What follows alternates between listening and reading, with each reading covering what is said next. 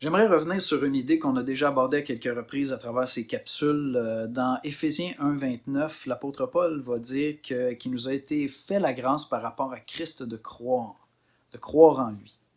Croire est une grâce qui nous est accordée. Et je voudrais faire une application dans le fardeau qu'on porte sur notre cœur en priant pour les gens qu'on aime. On aimerait qu'ils puissent connaître Jésus-Christ personnellement et on prie pour eux, puis on leur annonce l'Évangile.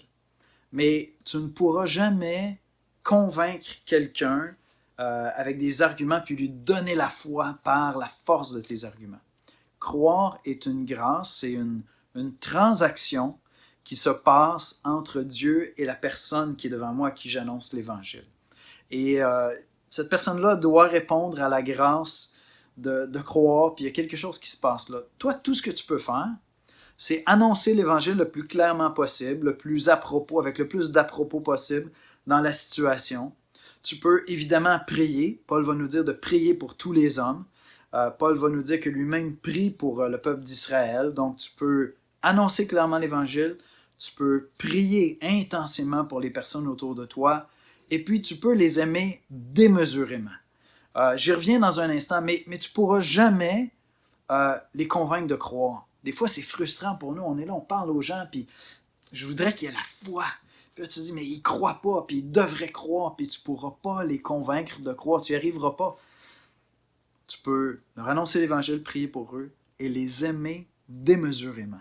Puis pourquoi est-ce que je dis ça? C'est que Christ, dans son amour pour nous, a usé de la plus grande des mesures. Et le pasteur Jean-Pierre Gagné me partageait une sœur qui est en train d'annoncer l'Évangile, puis elle a conduit quelques personnes au Seigneur, puis il me disait, je suis frappé de voir à quel point elle aime les gens. Les gens se sentent aimés par elle. Fait que j'ai à cœur des personnes autour de moi, je leur annonce l'Évangile, je vis peut-être la frustration de voir qu'ils n'adhèrent pas à la foi, je voudrais tellement qu'ils croient, mais qu'est-ce que Dieu m'appelle à faire? Annoncer clairement, prier et les aimer d'une manière aussi folle que Jésus t'a aimé.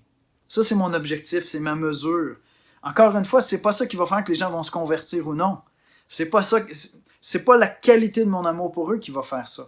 Mais mon témoignage va être conséquent avec l'Évangile si je les aime d'un amour fou, pratique, concret, comme on dit depuis quelque temps, un amour qui va prendre la forme d'un serviteur. Parce que c'est ça l'amour dans le Nouveau Testament, l'amour prend la forme d'un serviteur. Annonce l'Évangile clairement, prie pour eux, aime-les à la folie, démesurément, puis accepte que le jour où ils vont croire, c'est parce qu'une grâce va s'opérer, ça va se passer entre Dieu et eux. Accepte ça par la foi, au lieu de devenir anxieux puis de leur mettre une pression indue. C'est quelque chose qui doit se passer entre Dieu et eux.